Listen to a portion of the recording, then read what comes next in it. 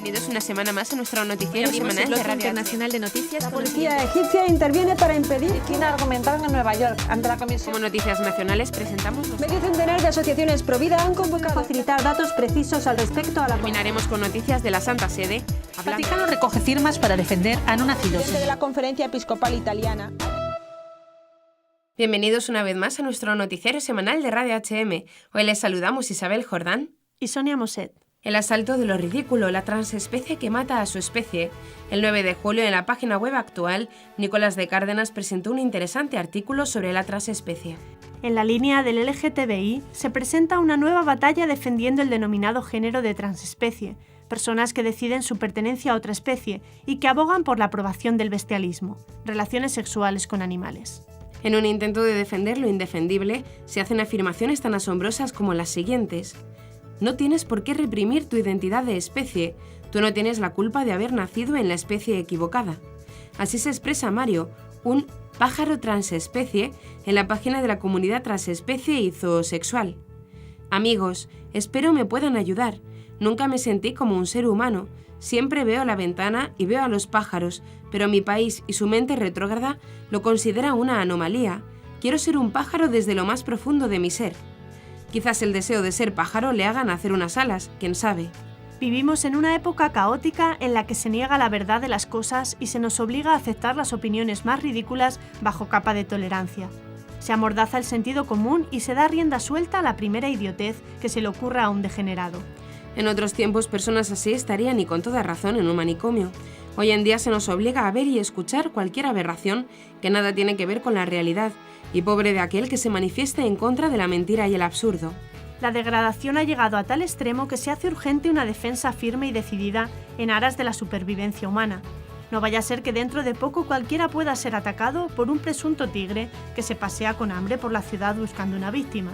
¿Bajo qué ley se le juzgará? ¿Se le soltaría sin más con el pretexto de que solo hace aquello a lo que le llevan sus instintos felinos? Y no sabemos si cuando se pongan enfermos habrá que llevarlos a un médico o mejor a un veterinario. A todas luces, el simple hecho de tomar en serio cuestiones como estas parece responder a un plan premeditado de sembrar el caos y el desorden social por parte de aquellos que creen tener el destino mundial en sus manos, con el objetivo quizás de hacer un mundo a su antojo en el que solo haya cabida para ellos y para los que se sometan a su omnívoda voluntad. Comenzaremos con las noticias de interés internacional. Estados Unidos. La homosexualidad salió de la lista de enfermedades mentales por presiones. India. Los catequistas usan bicicletas para evangelizar. Irak. AIM prepara un plan Marshall para la llanura del Nínive. Chile. Miles de jóvenes se preparan para recibir al Papa. Argentina. Una juez autoriza a una pareja gay a alquilar un vientre. Pasaremos después a las noticias nacionales.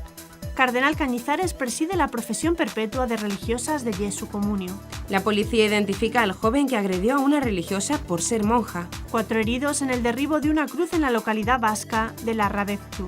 Encuentro de obispos del Camino de Santiago de Compostela.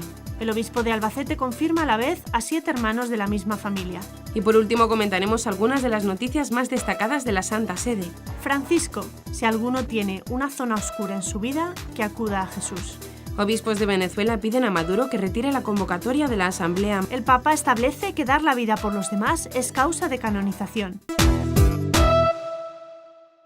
Nicolás Cummings es presidente de la Asociación Americana de Psicología y responsable de sacar la homosexualidad de la lista de enfermedades mentales, reconoce que se cedió a las presiones por encima de la ciencia. En concreto, Cummings sostenía que la homosexualidad no se trataba de una enfermedad mental, pero sí caracterológica, e instó a sus colegas a realizar cuantas investigaciones científicas fueran necesarias para corroborar y modificar esa resolución. Según narró Cummings, en una entrevista, reclamó que hubiera una votación para continuar investigando y mostrar lo que la investigación demostrara. Sin embargo, denunciaba, esta investigación abierta e imparcial nunca fue realizada, contradiciendo así la aplicación del llamado Principio de Leona Tyler, expresidenta de esta organización. Este principio supone que la asociación no debía pronunciarse sobre ningún asunto de forma pública hasta que dicha declaración no fuera sustentada por una evidencia científica que lo demostrara. En el caso de la desclasificación de la homosexualidad, no ocurrió así. Nicolás Cummings destacó que desde los años 80 el principio de Leona Tyler fue completamente olvidado y las instancias políticas parecían anular cualquier resultado científico. En la India, los catequistas utilizan la bicicleta como un instrumento para poder evangelizar a la gente que vive en los poblados ubicados en las zonas remotas del país. Este es el caso de Leo Stirkey, catequista desde hace 15 años, casado con 3 hijos, que gusta de servir a los demás. Con mi bicicleta recorro los kilómetros que separan los pueblos donde enseño el catecismo, dijo a la Fundación Pontificia Ayuda a la Iglesia Necesitada. La gente siempre se alegra al verme llegar a sus pueblos. Mi trabajo consiste en prepararles para la primera comunión, para la confesión, para la misa dominical, para recibir el resto de sacramentos, señaló. Leos indicó que también dirijo la oración en comunidad, les enseño a conocer a Dios y cómo vivir una vida mejor. Doy gracias a Dios por esta bici que me ayuda tanto en mi labor pastoral. El catequista señaló que cada vez que viaja en bicicleta lleva consigo una bolsa con una Biblia, un libro de oraciones, otro de cantos, un rosario y algo de ropa limpia. En el vídeo difundido por AIN, que presenta el testimonio de Leos, la Fundación Pontificia explica que, como él, hay miles de catequistas, sacerdotes, religiosas que piden ayuda cada año para conseguir bicicletas, barcas, autos para poder llevar a Cristo a cada rincón. Este pedido responde a la exhortación que ha hecho en varias ocasiones el Papa Francisco, de salir de nuestra propia comodidad y atrevernos a llegar a todas las periferias que necesitan la luz del Evangelio. De acuerdo a Ayuda a la Iglesia Necesitada, la India tiene más de 1.200 millones de habitantes y el número de católicos en el país es de cerca de 19 millones. El principal aporte de la Iglesia en ese país se refleja en la educación, en los servicios sociales y en el rubro de salud. Un total de 13.000 casas cristianas de 9 ciudades de la llanura de Nínive, en Irak, dañadas o totalmente destrozadas por los terroristas de ISIS durante los últimos 3 años, serán reconstruidas gracias a una campaña que la Fundación de la Santa Sede Ayuda a la Iglesia Necesitada prepara para los próximos meses. Esta gran campaña de reconstrucción de la presencia cristiana en la llanura de Nínive tiene un coste global que superará los 250 millones de dólares. Para ello se ha creado la Comisión para la Reconstrucción de Nínive, cuya tarea es planificar y hacer seguimiento de todas las fases de reedificación. La comisión fue creada el pasado mes de marzo gracias a un importante acuerdo entre las 3 iglesias cristianas iraquíes, la sirio-católica, la sirio-ortodoxa y la caldea, firmado en la sede de la Archidiócesis de la Iglesia Caldea en Erbil. Según el director de la sección de Medio Oriente de Ayuda a la Iglesia Necesitada, el padre Andé Jalemba, este es un momento histórico para el futuro del cristianismo en Irak. Para ello, AIN seguirá de cerca la labor de la comisión en la fase inicial y en las fases sucesivas, que se limitará a buscar fuentes de financiación entre sus benefactores a nivel internacional. En España esta campaña está prevista para el mes de diciembre. Los fondos que la comisión obtenga se distribuirán proporcionalmente entre los representantes de cada iglesia, en función del número de casas dañadas pertenecientes a sus respectivos feligreses. La reconstrucción de estas casas de las familias cristianas, así como las iglesias y los edificios religiosos, comenzará en los pueblos Caracos, Bartala y Caramlés. Entre tanto, AIN continúa distribuyendo una ayuda alimentaria básica entre las aproximadamente 12.000 familias que se vieron obligadas a huir de Mosul y de otras ciudades y a buscar refugio en Erbil, Kurdistán iraquí. Desde marzo de 2016, AIN es la única organización internacional que viene apoyando con regularidad a los desplazados internos de la región. Desde 2014, Ayuda a la Iglesia Necesitada ha apoyado a los cristianos desplazados con casi 30 millones de euros.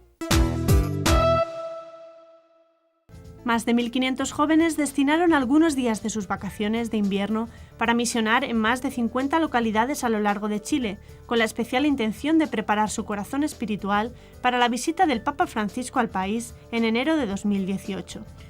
Como es tradición, jóvenes universitarios y estudiantes secundarios pertenecientes a la UC, Pontificia Universidad Católica de Chile, participaron en una misa de envío el sábado 8 de julio. La Eucaristía fue presidida por el nuncio apostólico en Chile, Monseñor Ivo Escapolo, junto a Monseñor Cristian Rocagliolo, obispo auxiliar de Santiago. Esta experiencia es algo que da valor, da un sentido a las palabras que dirigirán los jóvenes al Santo Padre cuando llegue a Chile. No solamente dirán que están dispuestos a vivir y comprometerse como Él invita, sino que pueden decir que ya lo han hecho y lo están haciendo, explicó el nuncio. Los jóvenes estarán hasta el 17 de julio en más de 50 localidades en el norte, centro y sur de Chile, para prepararse para la visita del Santo Padre a tierras chilenas como mejor lo saben hacer, rezando, sirviendo, anunciando la alegría del Evangelio y construyendo proyectos en las distintas comunidades. En Misión de Vida participan estudiantes universitarios, se entregan por completo a la causa de Cristo desde su propia vocación, permitiendo que vinculen su carrera con su fe. En Siembra UC participan estudiantes de bachillerato para tener un encuentro personal con Cristo y compartir con alegría el mensaje de la Iglesia, mientras que Trabajo País se pone a disposición de todas las diócesis de Chile para construir capillas, sedes parroquiales y sedes sociales para acompañar a las distintas comunidades a las cuales visitan. En una decisión sin precedentes en el país, la jueza María Laura Dumpé ha autorizado que una mujer, amiga de una pareja de hombres que llevan 14 años conviviendo, geste por encargo un bebé a partir de óvulos donados y esperma de uno de los hombres. Los vientres de alquiler no son legales en Argentina, aunque en diferentes ocasiones se ha tratado de incorporar al Código Civil esta posibilidad. Sin embargo, según el diario La Nación, la jueza decidió aplicar el principio jurídico según el cual todo lo que no está prohibido está permitido. Asimismo, la jueza apoyó su decisión en la idea de que existe un supuesto derecho a la voluntad procreacional, entendiendo como el deseo de convertirse en padres de un niño, asumiendo su cuidado, su protección, educación, formación y desarrollo en forma integral, dándole desde su nacimiento todo el amor y la contención necesarias. El fallo señala de igual modo que la mujer no tendrá ninguna vinculación genética con el niño o los niños que nazcan, lo cual es imposible desde el punto de vista científico, ya que está demostrado que se produce un intercambio celular entre la madre y el hijo llamado microquimerismo. Además, se estipula que la mujer que presta su órgano reproductor tampoco tendrá vinculación legal y que será objeto de un acompañamiento psicológico durante el embarazo y parto extensivo a sus hijos. Por último, la jueza considera como un supuesto acto de amor y de compañerismo y cree que su fallo abrirá caminos para aquellas parejas que de otra forma no podrán tener hijos.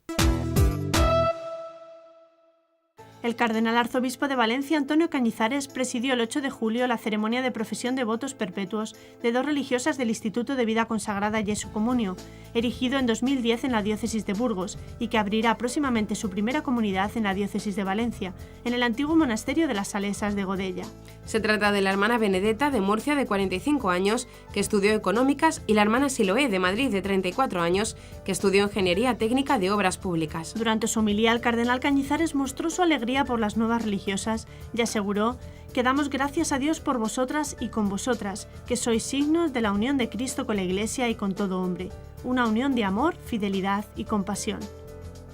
Igualmente señaló que el mundo necesita de vosotras como testigos vivientes de la verdad de Cristo, necesita ver y palpar ejemplos vivos de aquellos que, dejándolo todo, abrazan como ideal de vida el amor que es Cristo, y vuestro ejemplo, añadió, enseña el arte de vivir y hace posible una humanidad nueva hecha de hombres y mujeres nuevos. Así, el arzobispo de Valencia invitó a las religiosas a dar siempre testimonio valiente de Cristo, sin miedos ni temores a nadie, y a llevar a cabo esta obra de extensión del amor que es la nueva evangelización, porque el mundo necesita convertirse y volver a Dios. La Policía Nacional ha identificado al joven que agredió en Granada a una religiosa el pasado 22 de junio, a la que propinó un puñetazo en la nariz que le fracturó los huesos nasales al grito de «por ser monja», al que han localizado ingresado en un hospital por una alteración de la conducta. Se trata de un joven de 23 años y sin antecedentes policiales anteriores a los hechos, al que se le atribuye la presunta autoría de haber agredido a la religiosa, que sufrió fractura de los huesos nasales. El joven huyó entonces a pie del lugar de los hechos, lo que motivó la investigación que ha permitido identificarlo y localizarlo hospitalizado, paradero que la policía ha comunicado a la autoridad judicial. El Ayuntamiento de Larrabezu acordó el pasado 26 de abril derribar una cruz ubicada en el monte Gaztelumendi, un acto que había convocado el 10 de julio. Al iniciar los trabajos de derribo se ha producido un accidente y los cascotes han caído sobre los asistentes, produciendo heridas a 2 mujeres y 2 hombres que presenciaban el acto. Una de las heridas ha sido trasladada al Hospital de Cruces, mientras que los otros 3 han sido ingresados en el Hospital de Galdácano, ambos en Vizcaya. El alcalde de Larrabezu, Íñigo Gaztelu, ha explicado que de las 2 mujeres que se encuentran ingresadas, la más grave sufre rotura de la tibia y el peroné en ambas piernas, mientras que la otra será dada de alta previsiblemente en poco tiempo, tras haber sido sometida a varias pruebas médicas. Además, un tercer hombre que ha resultado herido ha sido dado ya de alta y se encuentra en casa con un brazo roto. Por su parte, una cuarta persona ha sufrido varios rasguños, pero no ha requerido atención hospitalaria. Las heridas de los 4 se produjeron al caer hacia adelante la monumental cruz, de varios metros de altura y construida en piedra, cuando estaba previsto que cayese hacia uno de los costados. El centro de acogida del peregrino de Carretas, ubicado en Santiago de Compostela, España, inició el 11 de julio el encuentro de obispos franceses y españoles del Camino de Santiago, inaugurado por Monseñor Julián Barrio, arzobispo de esta sede. Monseñor Barrio expresó que peregrinar es mucho más que un deporte o una aventura, mucho más que un viaje turístico en una ruta cultural. El peregrino, dijo, se abre a la trascendencia y se siente necesitado de salvación y buscado por Dios. También agregó, en la ruta jacobea se viven valores cristianos, como la conversión, la búsqueda y el encuentro con Dios, la caridad, la solidaridad y la noción del camino terreno como un tránsito hacia la morada eterna. Finalmente realizó también una oración el obispo de Bayona, Monseñor Marco Elet, en presencia del arzobispo de Pamplona, Monseñor Francisco Pérez, así como el obispo auxiliar de Santiago, Monseñor Jesús Fernández González, y el deán de la catedral, Segundo Pérez López. El pasado 8 de julio se produjo en la diócesis de Albacete una bonita celebración que quiso presidir el obispo, Monseñor Ciriaco Benavente. En la parroquia de San Pablo de la capital albaceteña, el obispo confirmó a 25 personas, de los cuales 7 eran hermanos, siendo todos ellos de diferentes edades. Este hecho insólito comenzó cuando Paula, una de los 7 hermanos recién confirmados, empezó a llevar a su hija a catequesis en esta parroquia de Albacete. Allí se enteró de que existían catequesis familiares y de que se ofrecía a los padres la posibilidad de confirmarse si no lo habían hecho en su momento. Esta catequesis familiar duraba 3 años. Según informa la diócesis de Albacete, esta idea se le quedó a Paula en la cabeza y poco después se lo comunicó a sus 6 hermanos, que se fueron animando unos a otros para iniciar esta catequesis para adultos. Los 7 hermanos iniciaron este camino junto a algunos adultos más que también tenían el deseo de confirmarse, y durante 3 años fueron recibiendo estas catequesis familiares. Una de las hermanas, Pilar, vivía en Albacete, por lo que se fue preparando en su parroquia conquense y llegado el momento pidió la autorización para poder recibir este sacramento totalmente en familia. Así fue como el pasado sábado un obispo contento y los padres de estos 7 adultos, todavía más, recibían junto con 18 personas más la confirmación. Durante el rezo del Ángelus este domingo 9 de julio en la Plaza de San Pedro en el Vaticano, el Papa Francisco animó a aquellos que tienen un peso en su conciencia, una zona oscura en su vida, que acudan a Jesús, que acudan a un misionero de la misericordia, a un sacerdote. El Santo Padre recordó las palabras del Evangelio del día en las que Jesús dice: «Venid a mí todos los que estáis cansados y oprimidos, que yo os aliviaré». El Señor no se reserva esta frase para alguno de sus amigos, explicó Francisco, sino que la dirige a todos aquellos que están cansados y oprimidos por la vida. ¿Y quién puede sentirse excluido de esta invitación? El pontífice recordó que el Señor sabe cómo de dura puede llegar a ser la vida, sabe que hay muchas cosas que causan fatiga en el corazón, desilusiones y heridas del pasado, pesos que hay que cargar y males que hay que soportar en el presente, incertezas y preocupaciones por el futuro. Ante esto, la primera palabra de Jesús es una invitación a reaccionar, a moverse. Venid. Sin embargo, lo natural en los hombres es caer en el error de la inmovilidad. El error, cuando las cosas van mal, es quedarse donde se está. Parece evidente, pero qué difícil es reaccionar y abrirse, no es fácil. El obispo de Roma animó a ir más allá, ya que de hecho no basta con salir de uno mismo, es necesario saber hacia dónde queremos ir, porque muchas metas son ilusorias, prometen un poco de distracción y alivio, aseguran paz y diversión para luego dejarnos en la misma soledad de antes. Son fuegos artificiales. Asimismo, subrayó que el mismo Jesús marcó el camino que se debe seguir. Él nos indica hacia dónde debemos ir. Venid a mí. El Papa concluyó insistiendo en que Jesús os espera, no para resolver mágicamente los problemas, sino para darnos fuerzas ante nuestros problemas. Jesús no nos quita los pesos de la vida, sino las angustias del corazón. No nos quita la cruz, sino que la lleva junto con nosotros. Y con Él cada peso resulta ligero, porque Él es el resucitado en el que creemos. Cuando Jesús entra en la vida, llega la paz, esa paz que permanece incluso en las pruebas. Vayamos junto a Jesús, ofrezcámosle nuestro tiempo, encontrémonos con Él cada día en la oración, en un diálogo confiado y personal.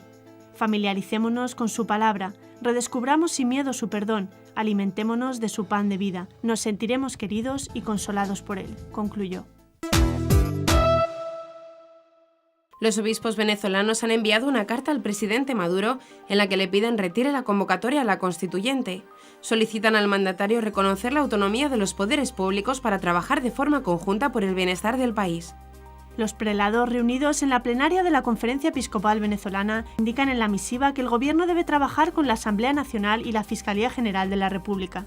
Abogan porque el mandatario cumpla los acuerdos obtenidos en la primera ronda del diálogo realizada en el año pasado y, según el secretario del Estado Vaticano, cardenal Pietro Parolin, pide a los actores del diálogo honraran aspectos concretos como la realización de elecciones libres y la liberación de los presos políticos. Estamos convencidos de que esto es urgente si usted quiere resolver la grave crisis alimentaria, de medicinas y de inseguridad que está causando incontables víctimas, así como devolverle a Venezuela su plena institucionalidad democrática, contemplada en la Constitución, indicaron los obispos.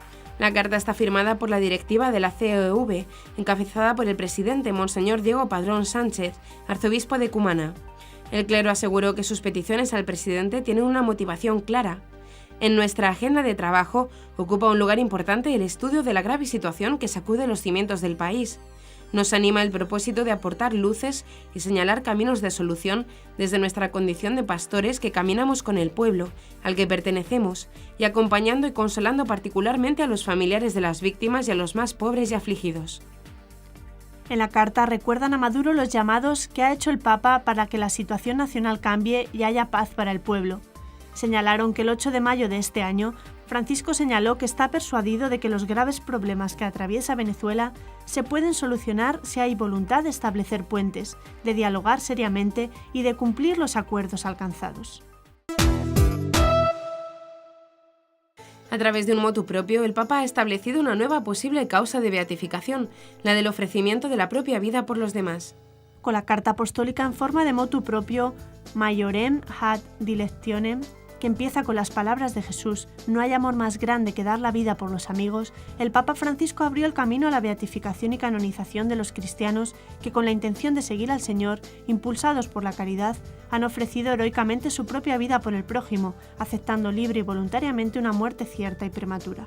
En el artículo 1, el Santo Padre establece que el ofrecimiento de la vida es un nuevo camino, una nueva circunstancia en el proceso de beatificación y de canonización, distinta de las del martirio y la heroicidad de las virtudes. Este cuarto camino establecido por el Papa Francisco enriquece y se suma a los 3 previstos a lo largo de los siglos por la Iglesia Católica, que prevén que se puede proceder a la beatificación de un siervo de Dios afianzados en el camino del martirio, el camino de las virtudes heroicas y el equivalente que confirma el culto antiguo. Son dignos de especial consideración y honor aquellos cristianos que, siguiendo más de cerca las huellas y las enseñanzas del Señor Jesús, han ofrecido voluntaria y libremente su vida por los demás y han perseverado hasta la muerte en este propósito. Leemos en el documento que Francisco firmó el 11 de julio, en el 5º año de su pontificado. Y hasta aquí nuestro informativo semanal. Esperamos que haya sido de su agrado. Recuerden que pueden seguir escuchándonos siguiendo el resto de nuestra programación en directo a través de la web www.radiohm.net. En ella podrán encontrar también distintos podcasts con los informativos anteriores y otros audios que también pueden ser de su interés. Seguiremos estos días informando de las noticias de la Iglesia y del mundo a través de nuestros breves espacios informativos que les ofrecemos todos los días, cada media hora aquí, en Radio HM 88.9 FM y HM Televisión. Ayer, hoy y siempre, la verdad. Gracias por habernos acompañado. Les han informado Isabel Jordán y Sonia Moset. Hasta la próxima semana.